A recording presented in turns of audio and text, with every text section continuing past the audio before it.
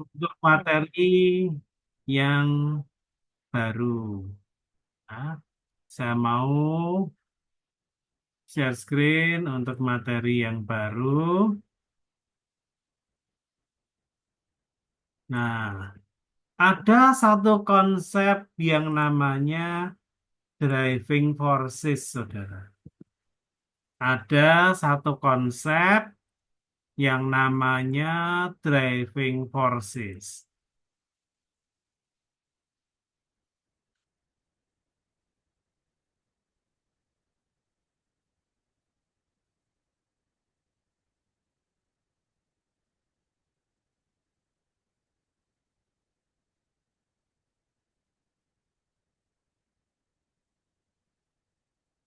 Nah, saudara mesti memahami ini baik-baik.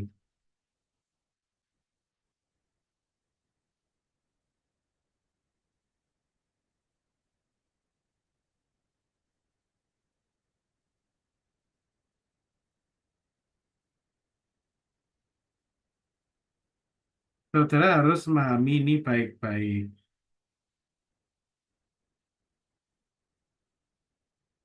Ya.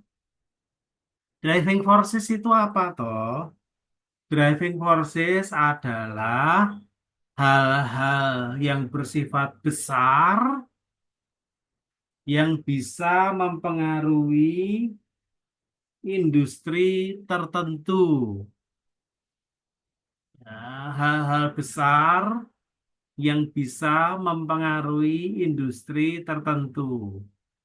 Jadi sekali lagi driving forces itu sifatnya bukan per perusahaan tapi per industri.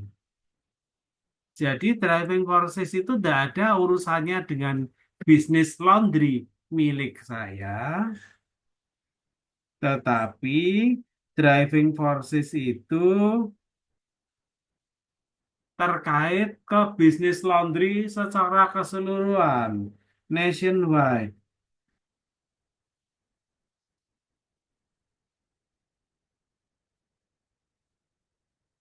Ya, nationwide. Ya, satu negara kena semua itu. Bisnis laundry satu negara itu kena semua. Nah, isunya adalah itu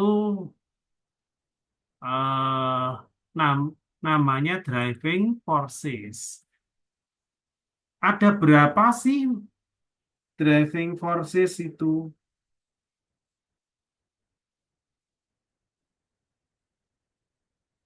Ada berapa sih driving forces itu? Ada banyak, ada banyak. Sekali lagi untuk driving forces analysis ini pengaruhnya bukan per perusahaan ya, tapi satu industri. Satu industri itu apa? Industri itu adalah kumpulan perusahaan sejenis.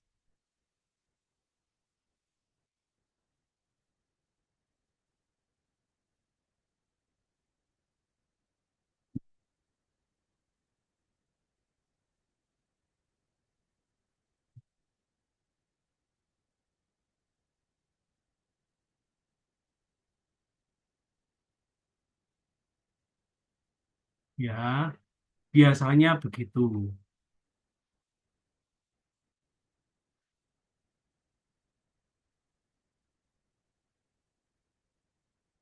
Apa sih misalnya begini? Saya jelaskan ya, tidak semuanya, tidak semuanya. Misalnya ini, buyer demografik, buyer demografik. Maksudnya buyer demografik itu apa toh? Saya itu kan tadi punya bisnis laundry. Yang laundry itu siapa? Orang. Yang seneng laundry itu orang kayak apa? Orang muda. Mayoritas yang ke laundry itu orang-orang muda dan orang-orang di bawah 50 tahun. Nah, kalau jumlah orang muda di bawah 50 tahun itu meningkat besar, ya bisnis laundry makin tumbuh, makin kuat. Tetapi kalau jumlah orang mudanya itu makin sedikit, ya bisnis laundry bisa turun.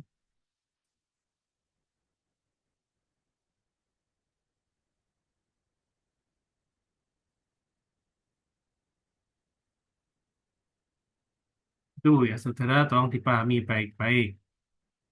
Yang kedua, product and marketing innovation. Kalau inovasi mesin cuci itu semakin baik, inovasi mesin cuci itu semakin baik, bisnis laundry makin bagus. Tapi kalau inovasi mesin cuci itu berhenti, ya bisnis laundry mungkin tidak maju-maju. Nah, jadi itu saudara. Atau kalau boleh dibuat misalnya aturan pemerintah. Nah, ini. Tiba-tiba pemerintah bikin aturan. Dilarang buang deterjen langsung ke saluran air umum. Bisnis laundry terancam. Mengapa begitu? Karena selama ini mereka kalau buang air habis bekas cucian itu kan langsung ke selokan. Ya, langsung ke selokan. Mereka buang ke situ. Nah, disitulah saudara mesti memahami bahwa ada beberapa hal yang bisa jadi penggerak, menggerakkan ataupun membuat tidak bergerak industri tertentu.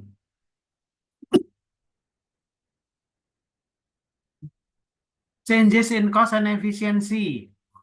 Harga mesin cuci makin murah. Mesin cuci untuk laundry maksudnya. Harga mesin cuci untuk laundry makin murah. Wow, makin banyak bisnis laundry. Nah, disitulah kalian mesti pelajari baik-baik bahwa hal semacam ini itu ada dan hal semacam itu harus harus diperhatikan baik-baik. Hal semacam ini itu ada dan hal semacam ini harus diperhatikan baik-baik.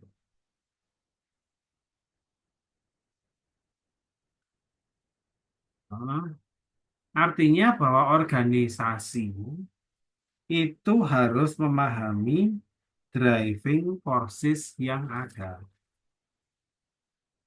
Organisasi harus memahami driving forces yang ada sehingga dia bisa tahu bisnisnya itu bakal maju atau bakal mundur dengan memahami ini. Memang tidak mudah untuk melakukan analisis driving forces ini. Ya, benar-benar tidak mudah. Tetapi bukannya tidak mungkin dilakukan. Pak, saya itu perusahaan kecil. Nanti Bapak bilang kalau Pestel itu untuk perusahaan besar, nationwide. Perusahaan kecil kan nggak usah lihat Pestel, cuman lihat lingkungan industri. Terus pertanyaannya berlanjut. Lantas untuk driving forces, gampang nggak ke perusahaan kecil? Apakah kami harus melakukan analisis itu? Jawaban saya, ya. Walaupun kalian tidak melakukan secara detail, tapi kalian harus cerdik untuk mengamati. Jadi misalnya, saya pengusaha laundry di sekitar saya. Saya lihat, oh, di dekat tempat tinggal saya itu mau ada universitas baru. Mau ada universitas baru. Gedungnya baru didirikan. Kalau saudara memahami driving forces, saudara akan ngerti. Oh iya ya, universitas baru berarti banyak mahasiswa mau datang. Wah, itu berarti banyak anak muda mau datang. Bisnis laundry akan semakin bagus. Kalau diperkirakan bisnis laundry semakin bagus, saya bisa nambah mesin. Gitu.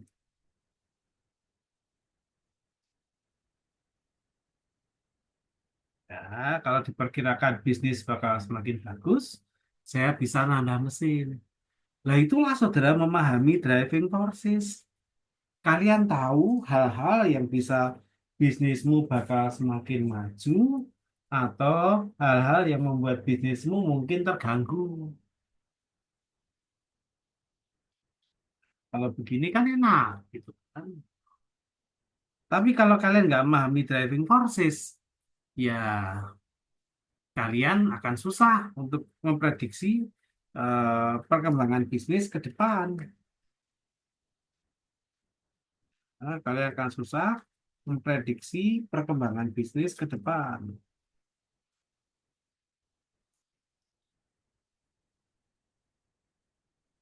Disitulah kecerdikan untuk melihat driving forces itu penting. Ya, kecerdikan untuk melihat driving forces itu menjadi penting.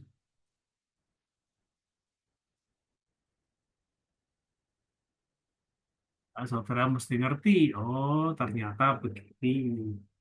Oh, ternyata ini bikin bisnisku maju. Oh, ini bisnisku bikin bikin bisnisku terganggu. Saudara punya pemahaman yang baik driving forces, kalian akan bisa lakukan semua itu dengan baik. Jadi nanti silakan saudara diskusi dengan teman kalau untuk bisnismu yang kemarin itu driving forces-nya kira-kira apa saja ya untuk bisnismu yang kau bikin untuk tugas kemarin. Kemarin kalian bikin tugas toh, walaupun ada yang sudah kumpul, ada yang belum. Nanti saya tinggal laporkan ke Pak Dekan, ini yang kumpul, ini yang belum. Kalau kemarin belum sempat kumpul, nanti bisa dikumpul lewat WhatsApp. Dari situ kalian bisa paham, oh ternyata begini, gitu. Nah, mana kira-kira yang jadi driving forces untuk bisnis kalian? Nah, bisa apakah globalisasi jadi peluang? Kalau saya punya konsultan, globalisasi bisa berpeluang. Mengapa demikian? Kalau saya punya konsultan, karena saya bisa punya tenaga ahli konsultan dari luar negeri yang nanti kerja di tempat saya.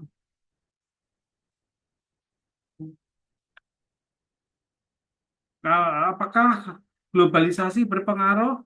Kalau saja bisnis saya bisnis besar, gigantic, jelas berpengaruh.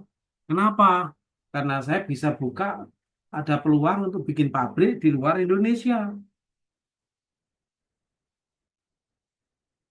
Disitulah kalian mesti bisa pahami hal ini baik-baik. Tuh. Ya, harap dipahami ya, itu isu-isu tertentu terkait yang namanya driving forces. Ya, kalian mesti pahami, kalian mesti mengerti. Oke, nanti first assignment ke saudara adalah kalian discuss dengan teman-teman, kan kalian itu dekat di sana ya. Jadi nanti kalau waktunya saya sudah harus meninggalkan kalian, saya sudah harus pergi, kan tidak usah pakai breakout room, kalian bisa discuss sendiri. Saya tunggu sampai akhir minggu, supaya nanti akhir minggu saya bisa kumpul ke Pak Dekan, ini hasil penilaian terhadap tugas yang ada, itu misalnya. Oke, kemudian lanjut. Saudara mesti bisa memahami ini different konsep ya. Ini different konsep. Saudara mesti bisa memahami apa yang namanya strategic group. Saudara harus bisa memahami apa yang namanya strategic group.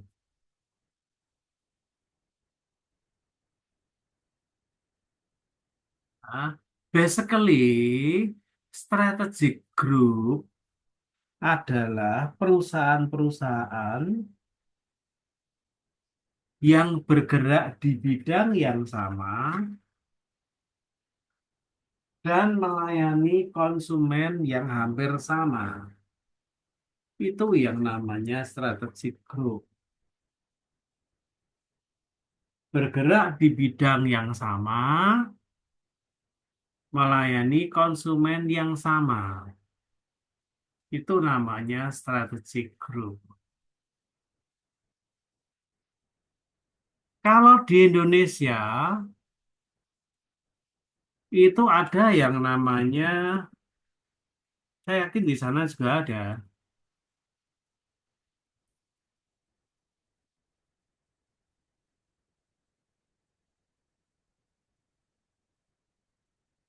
nih, ya kan?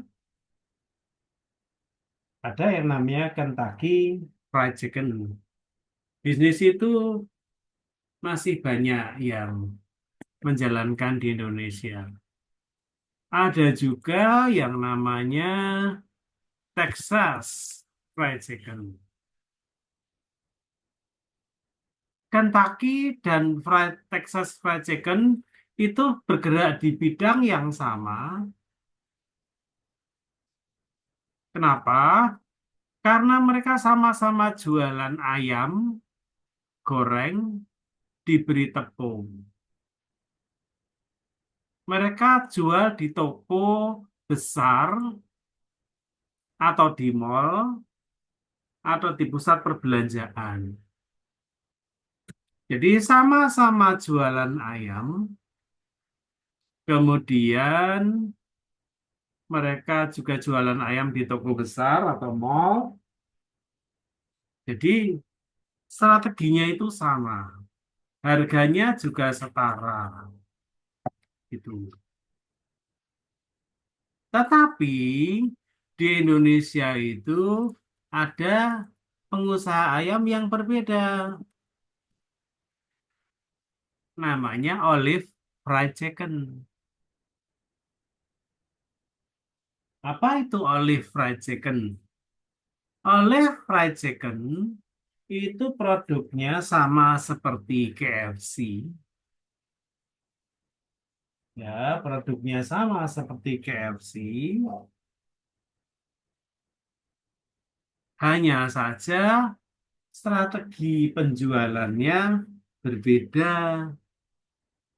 Kalau KFC itu di pusat perbelanjaan, di mall, di toko di jalan besar, harganya premium. Premium it means harganya sedikit lebih mahal. Kalau Olive Fried Chicken itu jualannya di jalan-jalan kecil, di kampung, harganya separuh dari KFC. Harganya separuh dari KFC. Nah, di sini saudara harus jeli untuk melihat bahwa Kentucky Fried Chicken dengan Texas Fried Chicken itu ada dalam satu strategi grup. Mereka itu bersaing. Tetapi Olive Fried Chicken tidak ada dalam satu strategi grup dengan KFC. Sama jualan ayam, ayamnya juga sama, ayam goreng, tetapi mereka tidak ada dalam satu strategi grup. Mengapa? karena mereka menyasar kelas konsumen yang berbeda. Kentucky Fried Chicken menyasar konsumen dengan tingkat ekonomi menengah ke atas. Texas Fried Chicken menyasar konsumen dengan tingkat ekonomi menengah ke bawah.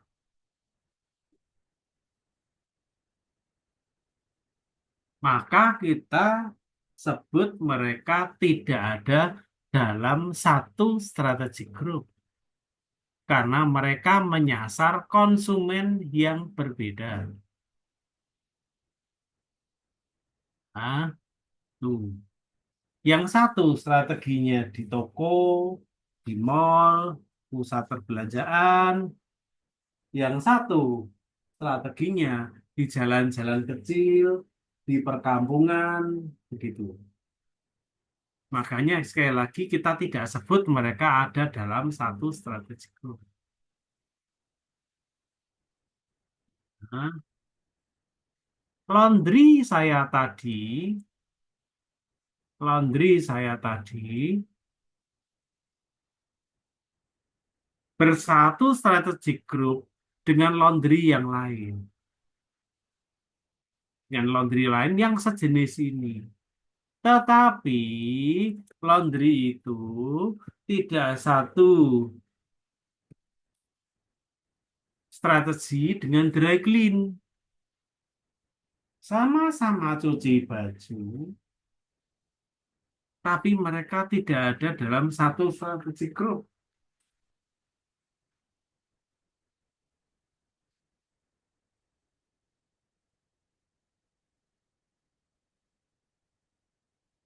Berapa hari itu? Sama-sama cuci baju, tetapi mereka tidak ada dalam satu strategi grup.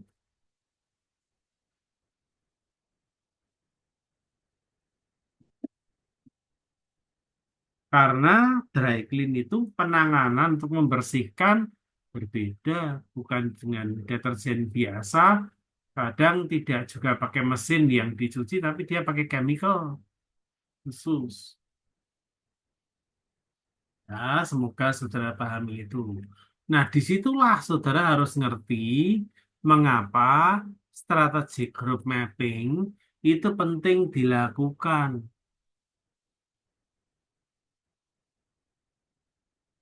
Supaya saudara tahu yang satu strategi grup dengan saya itu siapa. Mengapa harus dipahami? Karena kalau tadi, slide 35 ya, tadi waktu kita bicara ini, pesaing kita itu yang ada dalam satu strategi grup. Kalau tidak ada dalam satu strategi grup, itu bukan pesaing, itu substitusi. Oke, bicara soal makanan lagi. Kalau tadi ada yang namanya Kentucky Fried Chicken. Ini. Ada juga di Jogja restoran jual ayam yang cukup terkenal, namanya Ayam Goreng Suharti. Ayam Goreng Suharti dan KFC jelas tidak bermain di satu strategi grup. Mereka jualan dengan produk yang berbeda. Saudara bisa, Pak, itu sama-sama ayam. Tapi Soeharti itu tidak pakai tepung. Dia pakai namanya kremes. Kremes ini bukan tepung. Ya, ada tepungnya sedikit, tapi lebih diberi telur macam-macam. Kemudian jadi. Nanti kalau someday saudara ada kesempatan ke Jogja, boleh coba ayam goreng Soeharti. Ayamnya bukan ayam potong, tetapi ayam kampung. Di Indonesia ada perbedaan itu antara ayam potong dan ayam kampung. Ayam kampung lebih enak, lebih gurih. Mereka tidak ada dalam satu strategi grup. Nah, itu dalam strategi grup yang berbeda. Ada juga nanti kalau saudara ke Jogja, ada ayam goreng yang satu ini. Beda lagi. Walaupun sama-sama ayam kampung dengan Suharti, tapi dia tidak dalam satu strategi grup dengan Suharti.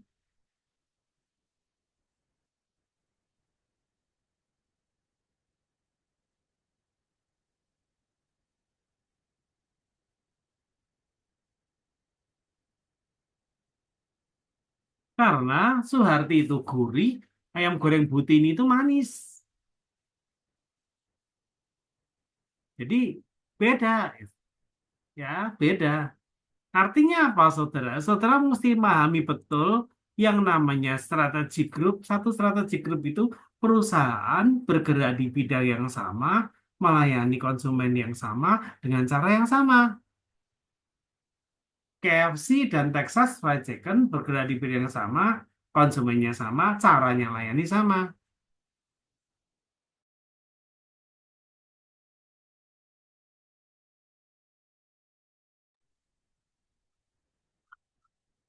Kentucky dengan Suharti beda strategi grup. Apalagi dengan ayam goreng Butini tadi. Even sesama ayam kampung, ayam goreng Butini dan Suharti tidak ada dalam satu strategi grup karena mereka produknya berbeda.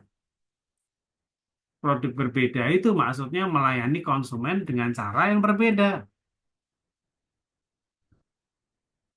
Nanti saudara juga ada kesempatan lagi untuk melihat kira-kira strategi grup untuk bisnis saya itu siapa? Nah, itu namanya strategi grup. The real competitor adalah perusahaan-perusahaan yang bergerak dalam satu strategi grup. Itu the real competitor. Yang lain itu substitute. Sesama ayam goreng, Suharti dan KFC itu substitute karena mereka ada dalam strategi grup yang ya. Oke, sebentar saya akan kasih gambar contoh tentang strategi grup itu.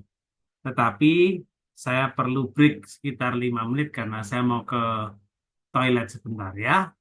Kita break dulu, kita jeda 5 menit saja, nanti saya akan kembali lagi. Baik.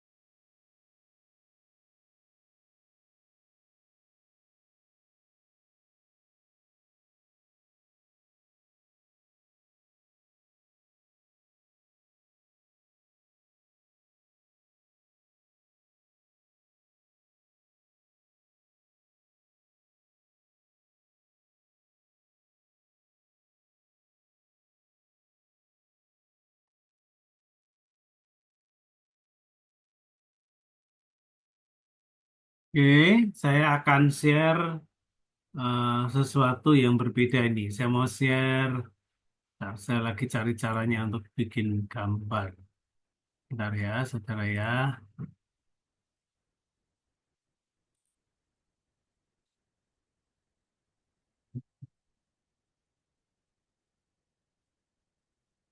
Oke, saya share gambar ini, saudara. Bagaimana strategi grup itu dibuat? Misalnya untuk bisnis ayam tadi, ya, untuk bisnis ayam, share.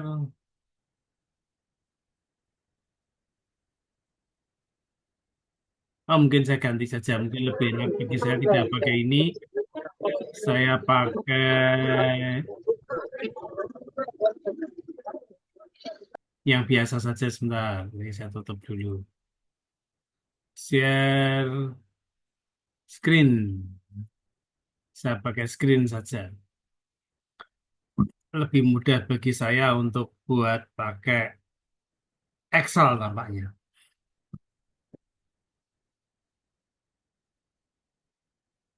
Oke, saya mau gambar. Ya, saya mau gambar. Ini ada dua sumbu. Ada garis vertikal. Saya perbesar saja.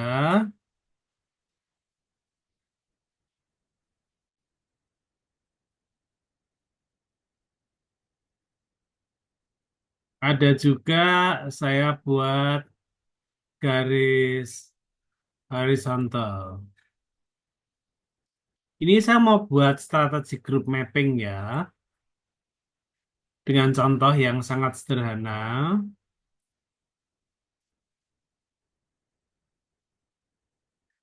Nah, ini. Ini misalnya untuk bisnis makanan saya ya, bisnis makanan, saya mau buat strategi group mapping. Jadi saya tadi bilang ada di Indonesia itu ada namanya ayam potong, yang kedua ada namanya ayam kampung. Itu. Kemudian di sini saya bermain dengan dimensi harga mahal, ini murah. Ya, ini untuk bisnis ayam goreng ya.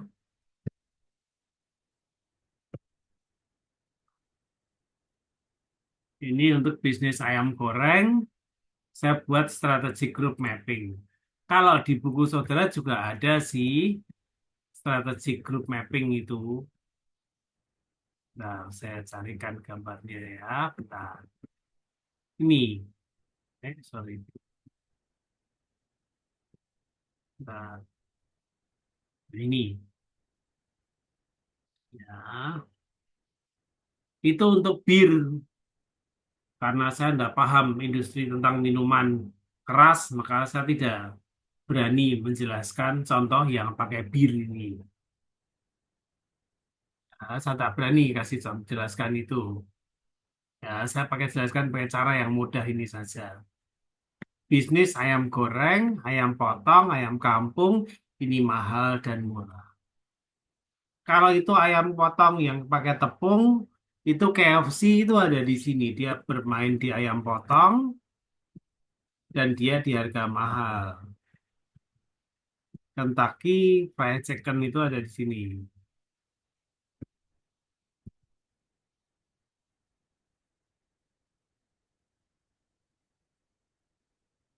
Nah, kemudian Texas Fried Chicken juga saya taruh di sini.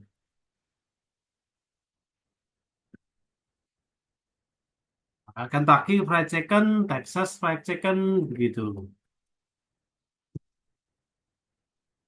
Kentucky Fried Chicken, kalian lihat, ini itu Texas Fried Chicken. Tadi saya sebut juga ada namanya olive. Olive fried chicken. Sama mereka bermain di bisnis ayam goreng, ayam potong, tetapi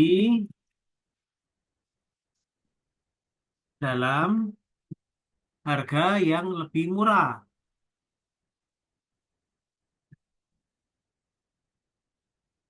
Oke, sorry. Itu.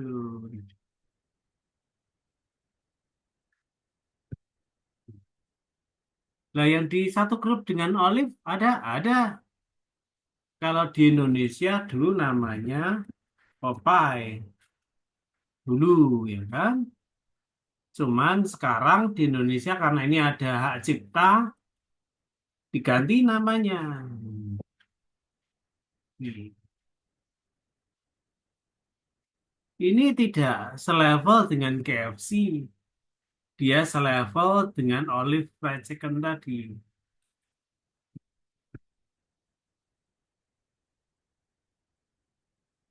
Dulu namanya Popeye. Ya, bagi teman-teman yang suka nonton film kartun, dulu ada film kartun namanya ini.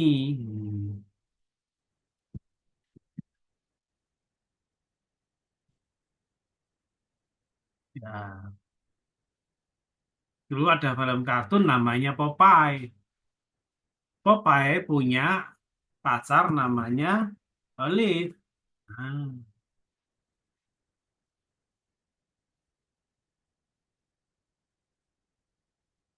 tuh. Nah, kenapa ini ada dua ayam goreng yang berbeda? Karena dulu sebetulnya yang ada Olive dulu. Kemudian pasangan itu bercerai, kemudian yang satu buat Popeye. Kemudian ganti Popeye. Di Indonesia ada juga ini apa? Sebentar, Rocket Chicken. Nah ini satu level dengan ini.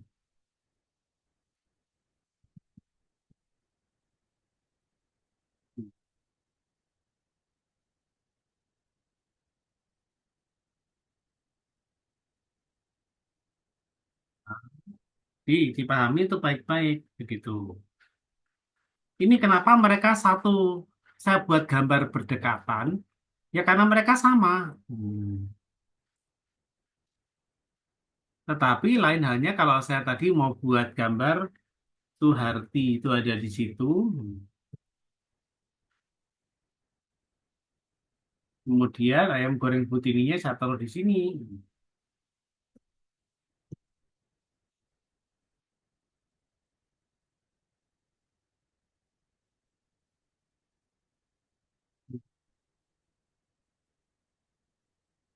Kenapa ini tidak segambar berdekatan?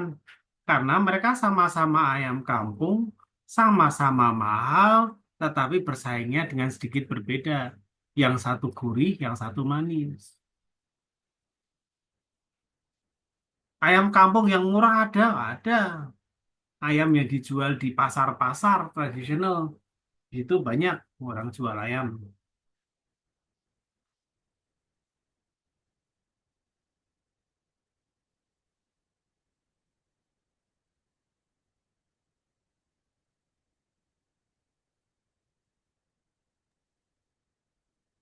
Nah, saudara kenapa mesti melakukan ini, saudara?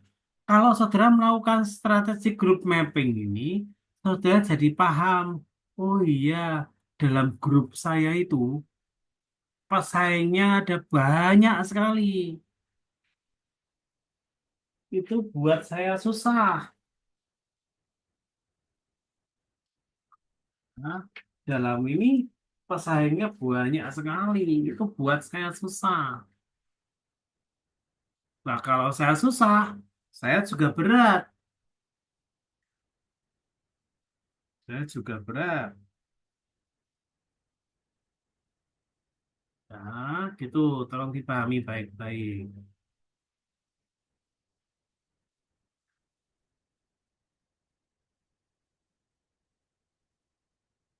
Oke ya, saudara, tolong dipahami baik-baik.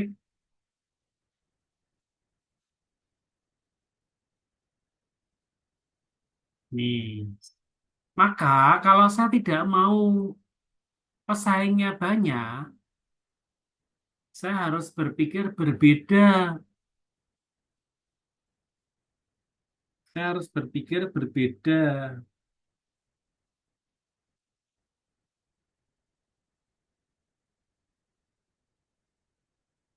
Mengapa saya harus berpikir berbeda? Saya harus punya bisnis dalam kondisi persaingannya kecil atau minimal. Jadi saya hidup ibaratnya tanpa persaingan.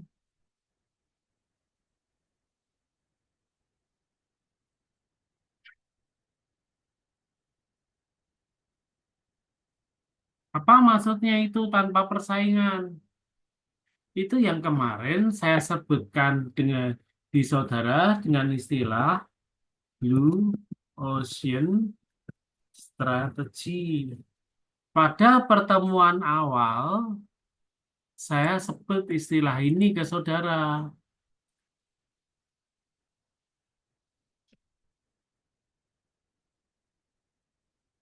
Pada pertemuan awal dulu, saya sebut ini ke saudara. Blue Ocean Strategy pada dasarnya adalah bagaimana perusahaan bisa merumuskan produknya, bagaimana perusahaan bisa merumuskan produknya,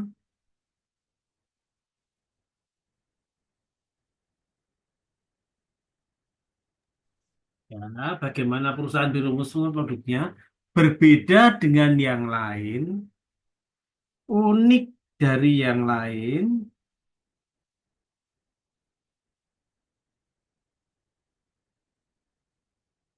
sehingga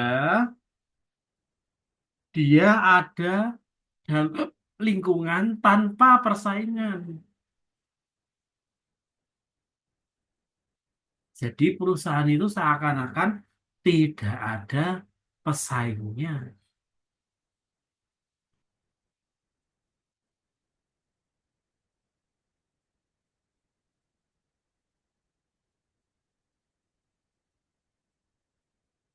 Nah, saya kasih contoh. Sehingga dia dalam satu strategi grup itu tidak ada lain kecuali dia. Yang bisnis kayak itu, ya cuman dia. Tidak ada yang lain kalau mau cari produk itu harus ke tempat dia.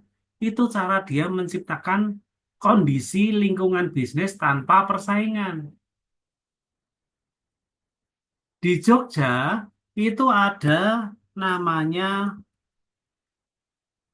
banyak orang jual namanya soto. Soto itu some kind of soup lah ya. Jadi nasi, ada ayam, ada sayur, diberi kuah, ada telur, begitu. Penjual soto di Jogja itu banyak sekali, saudara. Banyak sekali. Nah, kalau orang cuma mau berbisnis soto,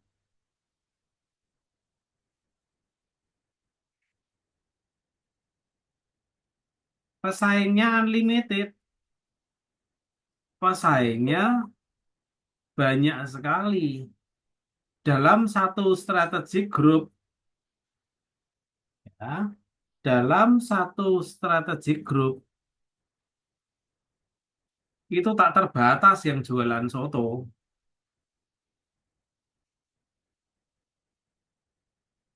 Kalau kalian berbisnis ini, pening kepalamu. Kenapa? Terlalu banyak pesaing. Produkmu sama dengan yang lain.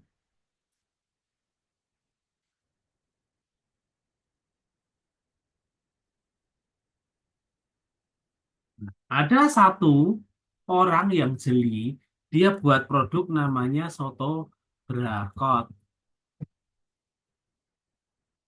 Mengerikan ini sebetulnya, saudara. Sebetulnya sama dengan soto s- sapi yang lain atau soto ayam yang lain, tapi dia punya produk unik. kaki sapi utuh. Jadi orang bisa beli satu kaki sapi utuh untuk dia makan sendiri.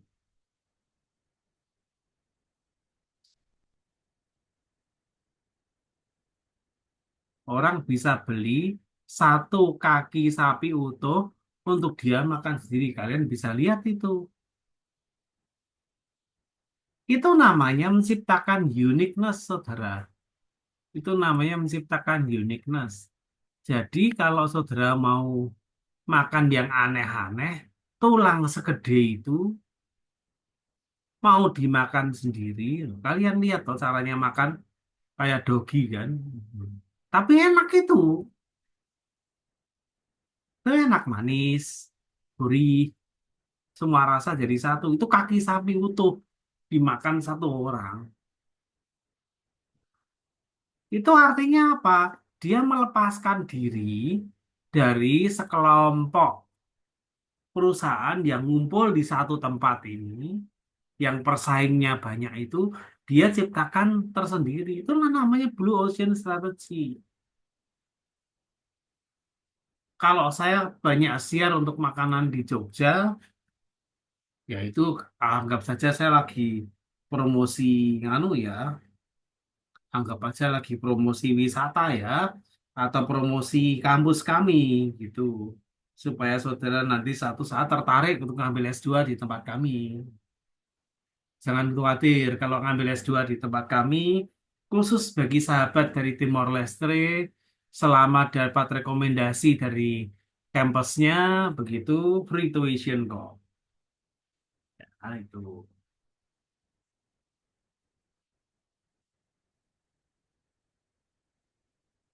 Itu ya, saudara. Ada satu lagi.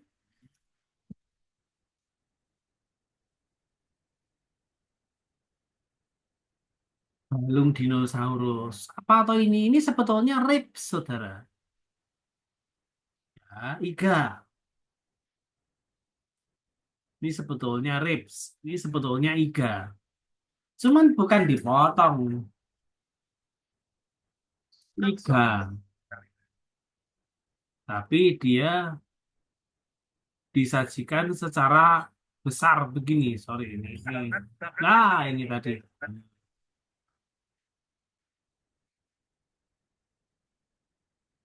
Ini. Disajikan besar sekali begini. Nah, ini. Kenapa namanya balung dinosaurus? It means the dinosaur bones. Gitu.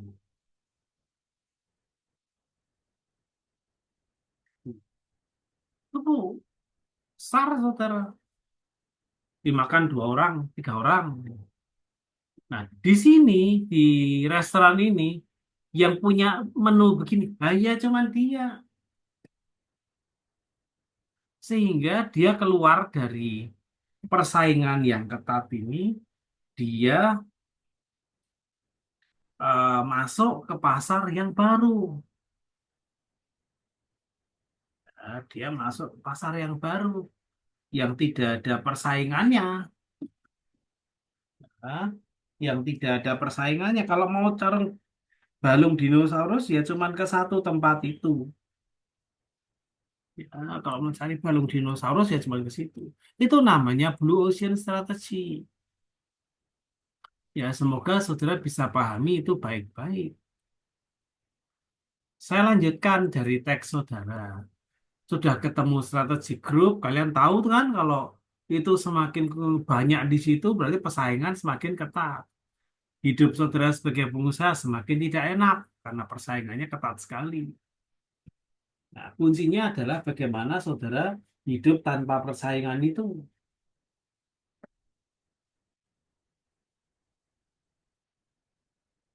Ya, bagaimana saudara bisa hidup tanpa persaingan itu.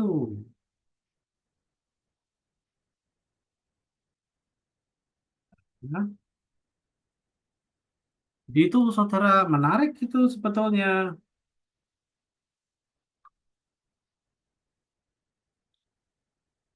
Ya, menarik. Kejelian seorang pebisnis untuk eh, memilih produk yang unik berbeda dari yang lain, itu akan menentukan kekuatannya dalam bersaing. Apalagi kalau dia tidak bisa persaingan.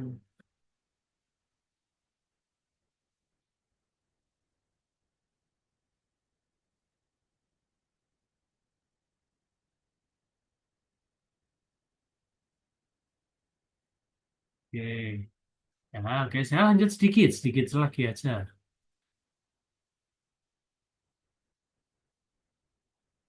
Nah, hukummu menulis map itu gunanya untuk apa toh? Yang bersaing ketat sama kita siapa? Yang jauh itu siapa? Begitu kan? Nah, itu gunanya map itu di situ. Nah, semoga bisa dipahami baik-baik. Nah, saudara juga harus bisa memahami saudara yang namanya competitor analysis.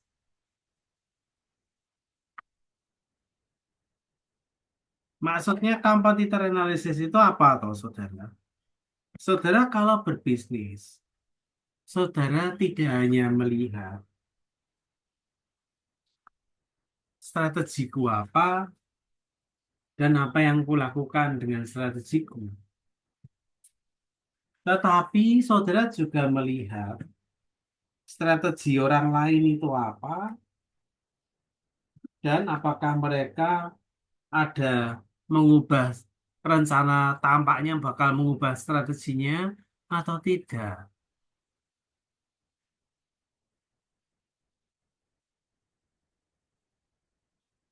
Jadi saudara pahami itu.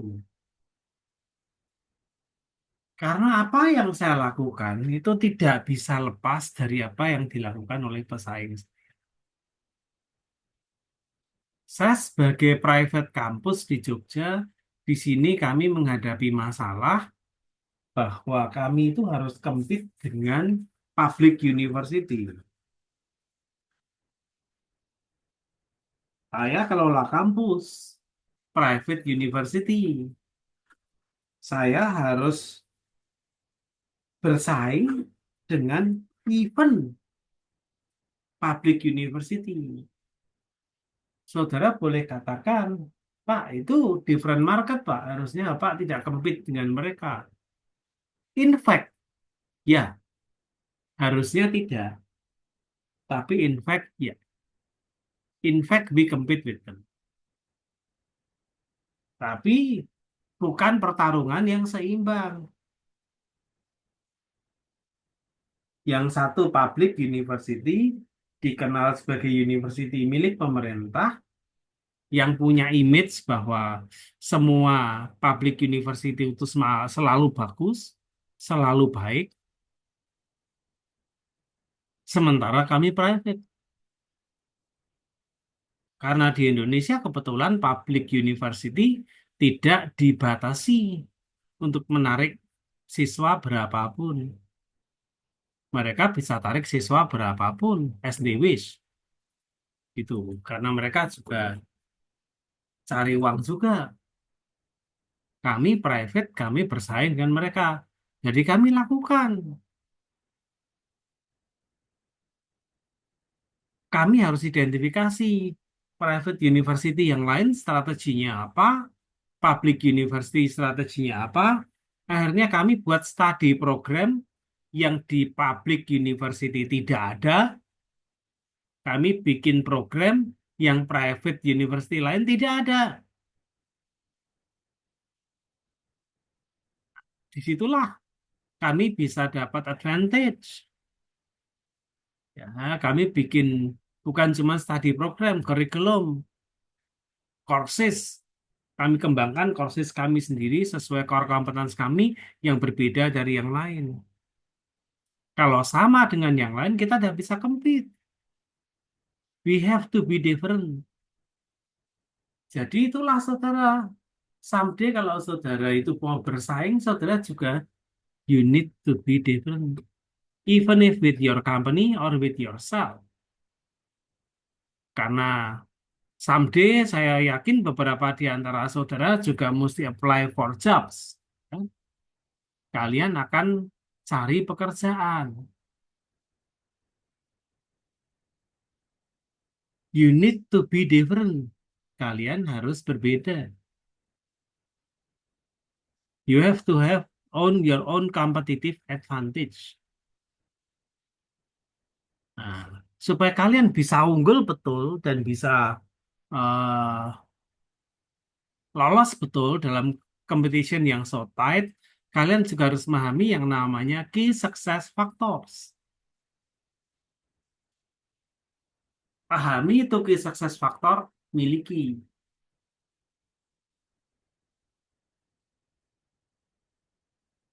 Kalau kalian tahu bahwa untuk melamar pekerjaan, apply for jobs, key success factors-nya kalian harus punya GPA tinggi, kemudian kalian juga harus punya certifications, kalian harus punya network yang luas, miliki itu.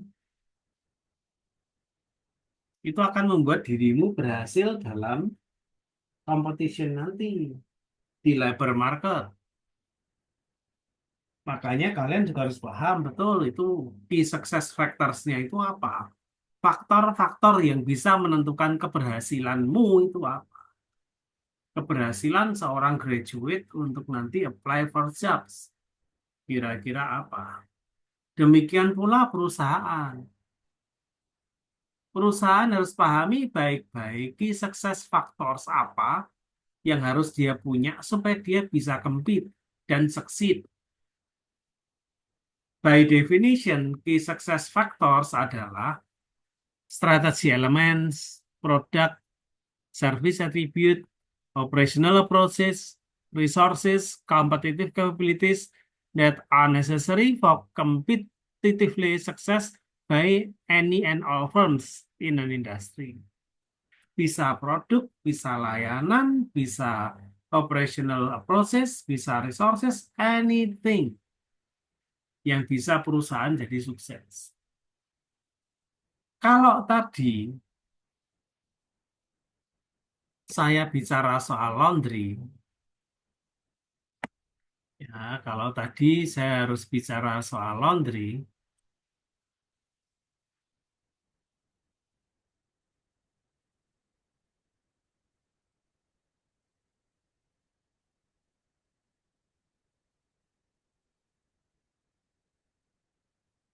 key success factors-nya apa? Saya harus pahami kalau saya bikin usaha laundry, supaya sukses, apa yang harus saya punya? Supaya saya bisa tahu itu, saya harus pahami customer saya apa, maunya mereka apa. Bisa jadi key success factors-nya adalah tempatnya harus luas. Orang suka datang ke laundry yang tempatnya luas, mereka bisa tunggu dengan nyaman. Nah, tambah ruang tunggu yang nyaman. Kemudian harga yang tidak terlalu mahal. Kemudian karyawan yang selalu bisa assist. Gitu kan. Artinya apa, saudara? Memahami key success factors itu penting. Kalau saya tahu kenapa orang mau laundry, apa yang mereka cari dari laundry, kemudian saya bisa siapkan itu sebagai key success factor saya. Dan mereka bisa jadi customer yang loyal. Demikian pula someday, kalau saudara mau buat bisnis, uniqueness you mesti punya. Kenapa bisa ciptakan uniqueness? Karena kamu tahu yang bisa buat kamu berhasil itu apa? Understanding about key success factors, driving forces, external analysis akan membuat perusahaan bisa berjalan dengan lebih baik, menentukan strategi yang lebih tepat. Kalau strateginya tepat, perusahaan akan tumbuh, akan untung, karena perusahaan didirikan hanya untuk mencari keuntungan atau tumbuh. Ya, itu saudara, empat pertemuan bersama saya tentang strategic management. Di awal saya bicara what is strategy. Saudara itu tahu bahwa strategi itu adalah cara untuk mencapai tujuan. Kemudian pada pertemuan yang kedua, saya bicara tentang bagaimana saudara punya visi, can be translated into strategy. Kemudian pada pertemuan yang ketiga dan keempat ini, saya bicara analisis lingkungan eksternal. Akan dilanjutkan oleh dosen dari Universitas Dili untuk analisis lingkungan internal dan seterusnya. Pesan saya untuk mengakhiri pertemuan ini, saudara itu someday ada yang berbisnis, ada yang cari kerja. Kalau saudara mau cari kerja dan berhasil, saudara harus paham betul mengapa orang mudah cari kerja. Di success factors-nya dipahami. Saudara miliki itu. Kemudian saudara harus berbeda. You need to be different than others. Karena saudara berbeda, saudara bisa menciptakan sesuatu yang lebih dari yang lain. Terima kasih. Sampai ketemu di kesempatan yang berbeda. Semoga bisa bertemu dengan saudara kalau saudara nanti someday ada rencana ambil S2 di kampus kami. Terima kasih. Saya tutup.